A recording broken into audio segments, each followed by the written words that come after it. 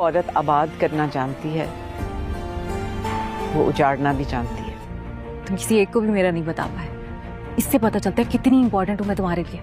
इसके साए में बैठो, लेकिन इसकी जड़ें काटने की कोशिश की तो मैं किसी भी हद तक जा सकती हूँ। मामले में किसी भी किस्म का कॉम्प्रोमाइज बर्दाश्त नहीं करूंगी। बहुत सी बीवियां हैं जो हमें बेवकूफ ना बनाओ और सही सही बताओ कि तुम्हारा क्या ताल्लुक है उसके साथ। 3 साल हो गए हमारे रिलेशनशिप को।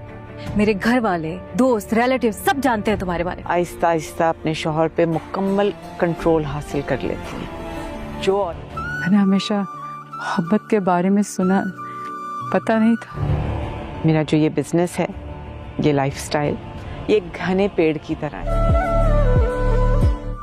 लेकिन इतनी जरूर समझ आ गई है कि जिससे हो ना तो वो मुकम्मल तौर पे बदल जाता है। तरह समझ चुकी है कि घर के हालात तेजी से बदल रहे हैं।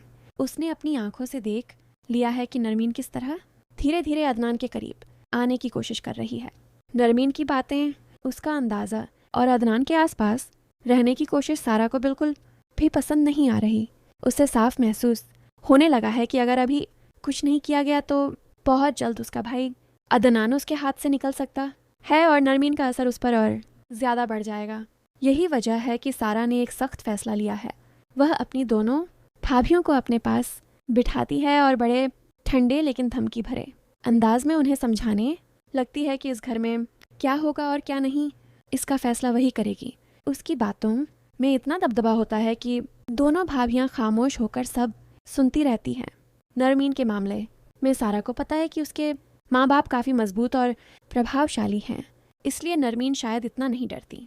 लेकिन दूसरी तरफ हानिया की हालत अलग है। हानिया सारा आपी से बहुत ज़्यादा डरती है क्योंकि वह अच्छी तरह जानती है कि सारा चाहे तो उसे बुरहान की ज़िंदगी से हमेशा के लिए दूर कर सकती है। सारा अपने रौब में ये बात साफ साफ कह भी देती है कि अगर उसे बात करना आता है तो उजाड़ना भी आता है। उसने अपना बिजनेस और अपना रुतबा यूं ही नहीं बनाया, यह सब उसने अपनी मेहनत और दिमाग से खड़ा किया है।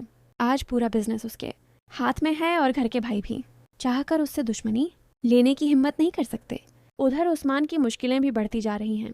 वह हमना से चोरी छिपे मिल रहा होता है, लेकिन यह राज ज़्यादा देर छुप नहीं पाता। आखिरकार अदनान उसे देख लेता है और उससे सख्ती से पूछता है कि वह लड़की कौन है और वह यह बात सारा आपी से क्यों छुपा रहा है। उस्मान एक अजीब दोहरी परेशानी में फंस जाता है। एक तरफ हमना उससे नाराज़ है कि वह उनके रिश्ते को खुलकर क्यों नहीं बता रहा और सारा आपी के पास रिश्ता लेकर क्यों नहीं जा रहा।